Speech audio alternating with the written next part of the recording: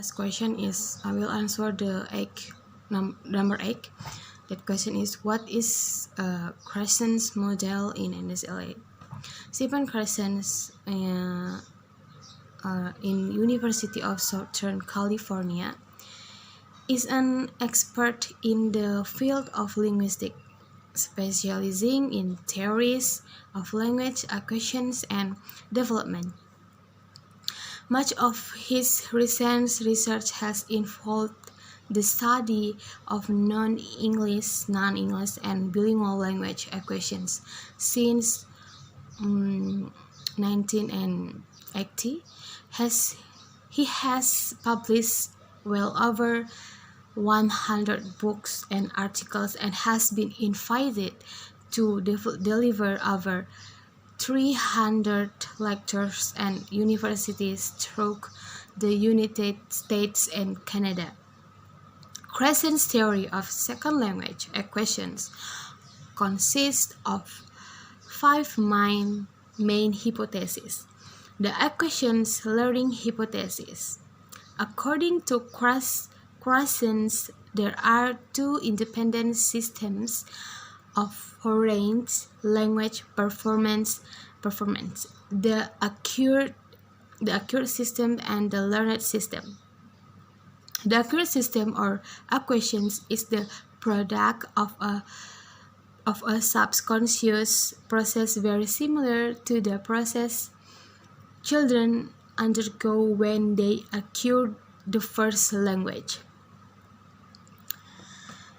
It requires meaningful interactions in the target language, natural communication in which speakers are concentrate not in the form of their utterance, but in the communicative act. The learned system or learning is the product of formal interactions and it comprises a conscious process which results in conscious knowledge about the language. For example, knowledge of grammar rules, a deductive approach in a teacher convert setting produce learning, while an introductive approach in a centered setting leads to a question. Next is the monitor hypothesis. The monitor hypothesis explains the relationship between acquisition and learning and defines the influence of the latter on the former. The monitoring function is the practical result of the learned grammar. According to Crescent, the acquisition system is the alternate iterator, while the learning system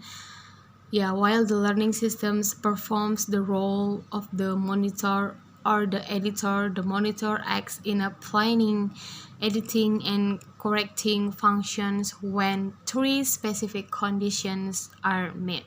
First is the second language learner has sufficient time at their disposal. The second is they focus on form or think about correctness, and the last one is they know the rule.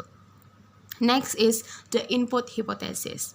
The input hypothesis is Crescent's attempt to explain how the learner acquires a second language, how second language